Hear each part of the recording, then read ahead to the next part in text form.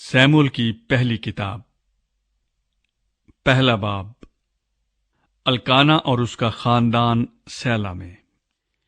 افرائیم کے کوہستانی ملک میں راماتیم سوفیم کا ایک شخص تھا جس کا نام الکانا تھا۔ وہ افرائیمی تھا اور یروحام بن الیہو بن توہو بن سوف کا بیٹا تھا۔ اس کے دو بیویاں تھیں، ایک کا نام ہنہ تھا اور دوسری کا فننا۔ اور فننا کے اولاد ہوئی، پر ہنہ بے اولاد تھی۔ یہ شخص ہر سال اپنے شہر سے سیلا میں رب الفواج کے حضور سجدہ کرنے اور قربانی گزراننے کو جاتا تھا۔ اور ایلی کے دونوں بیٹے حفنی اور فینہاس جو خداوند کے کاہن تھے وہیں رہتے تھے۔ اور جس دن الکانا ذبیحہ گزرانتا، وہ اپنی بیوی فننا کو اور اس کے سب بیٹے بیٹیوں کو حصے دیتا تھا، پر ہنہ کو دونا حصہ دیا کرتا تھا، اس لیے کہ وہ ہنہ کو چاہتا تھا، لیکن خداوند نے اس کا رحم بند کر رکھا تھا، اور اس کی سوت اسے کڑھانے کے لیے بے طرح چھیڑتی تھی، کیونکہ خداوند نے اس کا رحم بند کر رکھا تھا، اور چونکہ وہ سال بسال ایسا ہی کرتا تھا جب وہ خداوند کے گھر جاتی، اس لیے فننا اسے چھیڑتی تھی۔ چنانچہ وہ روتی اور کھانا نہ کھاتی تھی۔ سو اس کے خاوند الکانا نے اس سے کہا، اے ہنہ، تو کیوں روتی ہے اور کیوں نہیں کھاتی، اور تیرا دل کیوں آزردہ ہے؟ کیا میں تیرے لیے 10 بیٹوں سے بڑھ کر نہیں؟ ہنہ اور ایلی۔ اور جب وہ سیلا میں کھا پی چکے تو ہنہ اٹھی۔ اس وقت ایلی کاہن خداوند کی ہیکل کی چوکھٹ کے پاس کرسی پر بیٹھا ہوا تھا، اور وہ نہایت دلگیر تھی۔ سو وہ خداوند سے دعا کرنے اور زار زار رونے لگی، اور اس نے منت مانی اور کہا، اے رب الافواج، اگر تو اپنی لونڈی کی مصیبت پر نظر کرے اور مجھے یاد فرمائے اور اپنی لونڈی کو فراموش نہ کرے اور اپنی لونڈی کو فرزند نرینہ بخشے، تو میں اسے زندگی بھر کے لیے خداوند کو نظر کر دوں گی، اور اس طرح اس کے سر پر کبھی نہ پھرے گا۔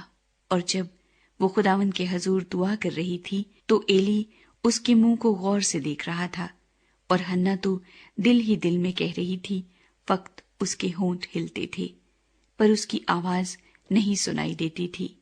بس ایلی کو گمان ہوا کہ وہ نشے میں ہے، سو ایلی نے اس سے کہا کہ تو کب تک نشے میں رہے گی؟ اپنا نشہ اتار۔ ہنہ نے جواب دیا، نہیں اے میرے مالک، میں تو غمگین عورت ہوں، میں نے نہ کوئی نشہ پیا، پر خداوند کے آگے اپنا دل انڈیلا ہے۔ تو اپنی لونڈی کو خبیث عورت نہ سمجھ، میں تو اپنی فکروں اور دکھوں کے ہجوم کے باعث اب تک بولتی رہی۔ تب ایلی نے جواب دیا، تو سلامت جا، اور اسرائیل کا خدا تیری مراد جو تو نے اس سے مانگی ہے پوری کرے۔ اس نے کہا، تیری خادمہ پر تیرے کرم کی نظر ہو۔ تب وہ عورت چلی گئی اور کھانا کھایا، اور پھر اس کا چہرہ اداس نہ رہا۔ سیموئیل کی پیدائش اور مخصوصیت۔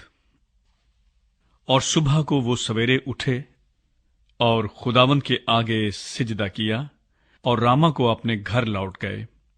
اور الکانا نے اپنی بیوی ہنہ سے مباشرت کی، اور خداوند نے اسے یاد کیا۔ اور ایسا ہوا کہ وقت پر ہنہ حاملہ ہوئی اور اس کے بیٹا ہوا، اور اس نے اس کا نام سیموئیل رکھا، کیونکہ وہ کہنے لگی، میں نے اسے خداوند سے مانگ کر پایا ہے۔ اور وہ شخص الکانا اپنے سارے گھرانے سمیت خداوند کے حضور سالانہ قربانی چڑھانے اور اپنی منت پوری کرنے کو گیا۔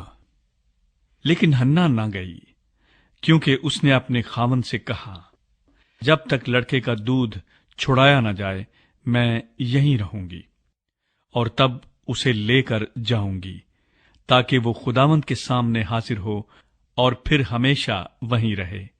اور اس کے خاوند الکانا نے اس سے کہا، جو تجھے اچھا لگے سو کر، جب تک تو اس کا دودھ نہ چھڑائے ٹھہری رہ، فقط اتنا ہو کہ خداوند اپنے سخن کو برقرار رکھے۔ سو وہ عورت